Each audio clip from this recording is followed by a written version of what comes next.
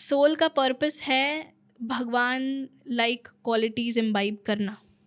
तो वो हर जन्म, हर बार चोला बदल बदल के वापस आती रहेगी, जब तक अगर भगवान से मिलना है, भगवान के पास जाना है, तो उनकी लाइक क्वालिटीज़ एक सोल जब तक इम्बाइब नहीं कर लेगी, लाइफ का पर्पस है प्यार देना, कंपैशन, जब तक वो नहीं सीखेगी, लर्निंग नहीं लेगी, तब तक वो जन्म लेती रहेगी। तो हम विषयों पे बात कर रहे थे कि किसी के बच्चे कैसे पैदा होते हैं, किसी को कैसा जीवन मिलता है, सबका अलग अलग जीवन होता है, तो ऐसा क्यों होता है। तो उन्होंने इसके संदर्भ में यही कहा कि वो सिखाने के लिए आई है सोल। ऐसा जन्म उन्होंने जहाँ भी लिया है, वो उस सोल को वो लर्निंग लेनी है। जब तक वो लर्निंग लेगी नहीं, वो आगे बढ़ नहीं पाएगी। तो ये बात कहाँ तक सत्य है कि अगर हम भगवान लाइक क्वालिटीज़ इम्बाइब करते रहेंगे हर जीवन में, तो हम एक जीवन ऐसा आएगा कि हम वापस से जन्म नहीं लेंगे। जैसे वर्षा का जल है जी। तो जब वर्षा होती है और अगर जल आप उसे किसी भूमि पे गिरने से पहले ही कलेक्ट कर लें तो वो प्योर है। बिल्कुल। अब वो जिस सरफेस पे गिरेगा वो प्योर वाटर, वर्षा का जल जिस सरफेस पे गिरा उसकी क्वालिटीज़ को इम्बाइब करेगा। मिट्टी में गिरेगा तो मिट्टी जैसा हो जाएगा, फर्श पे गिरेगा तो फर्श जैसा हो जाएगा। अब मान लीजिए वो वर्षा का जल किसी सरफेस पे गिरा है और वो दूषित हो गया है, आप किसी विधि से उसको फिर से साफ कर लें, वो फिर से प्योर हो जाएगा। उसी तरह से आत्मा शुद्ध है, लेकिन जब वो इस संसार में आती है तो इस संसार के प्रभावों से अशुद्ध हो जाती है।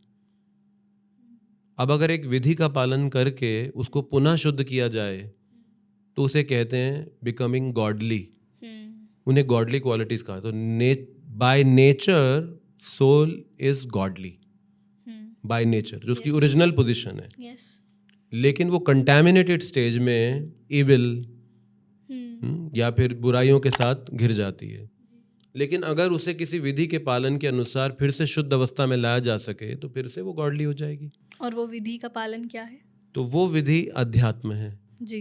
तो अध्यात्म को सीखने के लिए गीता में 4 अध्याय में 34वें श्लोक में कहा गया, तद्विधि प्रणिपातेन परिप्रश्नेन सेवया उपदेक्षन्ति ते ज्ञानम ज्ञानिना तत्वदर्शिना। तत्वदर्शिना, तत्वदर्शी का मतलब है जिसने सत्य का दर्शन किया उसके पास जाओ। प्रणिपातेन, उसकी शरण लो। परिप्रश्नेन, उससे प्रश्न पूछो। सेवया, उसकी सेवा करो।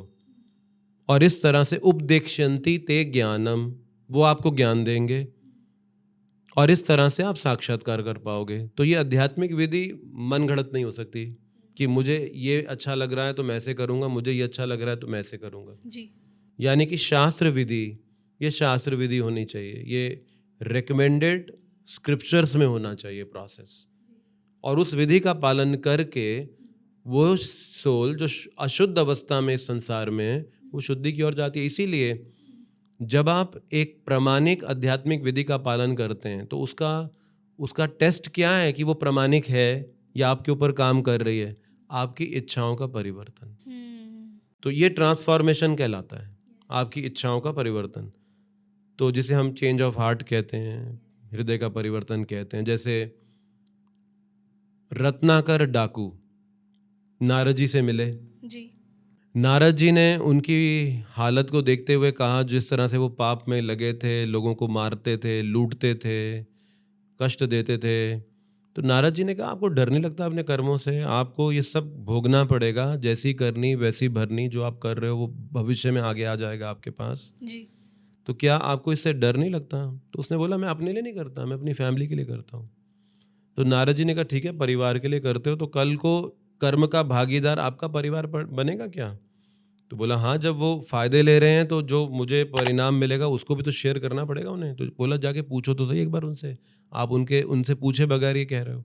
तो रत्नाकर डाकू अपने घर गए और उन्होंने पूछा कि देखो, मैं पाप कर्म करता हूँ, उससे तुम्हारा पालन पोषण करता हूँ और पाप का परिणाम मेरे जीवन के अंदर दुख रूप में आएगा, तो उसका एक एक हिस्सा तुम सबको लेना पड़ेगा। तो उनका कहना है कि आपकी जिम्मेदारी है हमारा पोषण कैसे किया जाए, पालन कैसे किया जाए, लेकिन हम आपके पाप का भागीदार हम क्यों बनेंगे? वो आप ही बनोगे। तो अब नारद जी के पास फिर से वो रत्नाकर वापस आए। तो रत्नाकर ने जब उत्तर दिया तो नारद जी कहते हैं, रत्नाकर, अभी से तुम भगवान का नाम जप शुरू करो। तो रत्नाकर इतना पापी था कि उससे भगवान का नाम ही नहीं निकल रहा था। तो नारद जी ने कहा तुम राम बोलो, तो वो राम ही नहीं बोल पाता था। तो नारद जी ने कहा ठीक है, तुम लोगों को मारते हो तो तुम मरा बोलो। तो रत्नाकर ने कहा मरा, बोला अब इसे निरंतर बोलो, मरा मरा मरा मरा मरा मरा करते करते वो राम राम राम पे आ गया। और एक दिन वो रत्नाकर महर्षि वाल्मीकि बने, जिन्होंने भगवान राम के जीवन इतिहास के ऊपर महाकाव्य श्री रामायण की रचना की 24,000 श्लोकों के साथ। और ये महर्षि वाल्मीकि राम जी के समकालीन है, त्रेता युग के हैं। तो अब एक रत्नाकर डाकू से महर्षि वाल्मीकि, ये कितना बड़ा अंतर है। अब एक चेंज है जो हम बाहर से लेकर आते हैं, अपना रूप बदल सकते हैं, जिस तरह से हम अपने आप को ड्रेस करते हैं, जिस तरह से हमारा श्रृंगार होता है, लेकिन ये टेम्परेरी है। लेकिन एक परिवर्तन अंदर से है, वो इच्छाओं का, विचारों का परिवर्तन है। और वो परिवर्तन आध्यात्मिक मार्ग का टेस्ट है कि आपने कितनी स्पिरिचुअलिटी को प्रैक्टिस किया है। ये आपकी डिजायर्स के ट्रांसफॉर्मेशन के अंदर रिफ्लेक्ट करेगा। तो अगर हमारे हृदय में परिवर्तन नहीं आ रहा है अध्यात्म का पालन करने से, तो कुछ या तो प्रोसेस में गड़बड़ है या आप में गड़बड़ है, पालन करने वाले में कहीं पर कोई मिसिंग लिंक है, परिवर्तन कुछ गड़बड़ चल रही है उसके अंदर।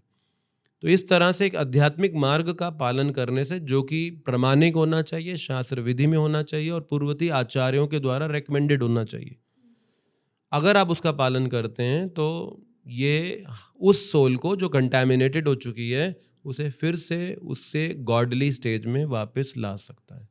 ऐसे इंसाइटफुल क्लिप्स और शॉर्ट्स को देखने के लिए इस चैनल को सब्सक्राइब करो।